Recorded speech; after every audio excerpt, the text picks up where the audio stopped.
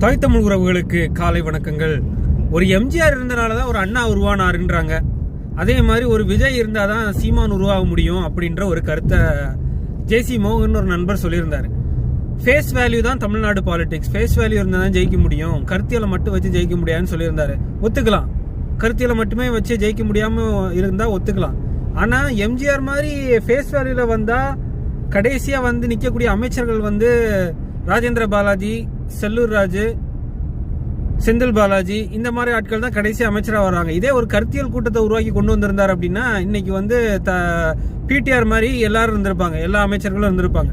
சரியா? அதுதான் வித்தியாசம். சீமான் அவர்கள் கருத்தியல் பேசி வந்த சீமான் அவர்களும் விஜய் கரெக்டான கருத்தியல் பக்கத்தில் நிற்பாரு, ஒரு உண்மையும் நேர்மையுமான அரசியலை மக்கள்கிட்ட எடுத்துட்டு போக உதவுவார்னு நினைச்சுதான் முதல்ல அவரை சப்போர்ட் பண்ணதே.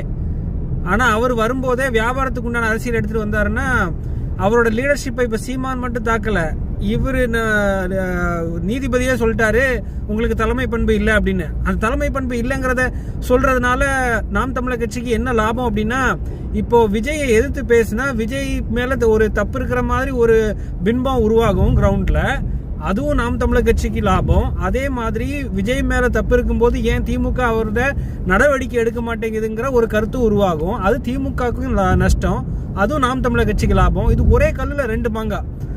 இது அரசியல் புரிதல் இருக்கிறவங்களுக்கு ஏன் இது புரிய மாட்டேங்குது, ஒண்ணுமே புரியல. எங்களுக்கு எமோஷன்ஸ் தான் நிறைய இருக்கே தவிர ஒரு கூர்மையான அறிவுள்ளவர்கள் யாரும் அரசியலுக்குள்ள வரமாட்டாங்கன்னு நினைக்கிறேன். வர சிந்தித்து பாருங்க, கருத்துக்களை பதிவிடுங்க. வாழ்க வளமுடன்.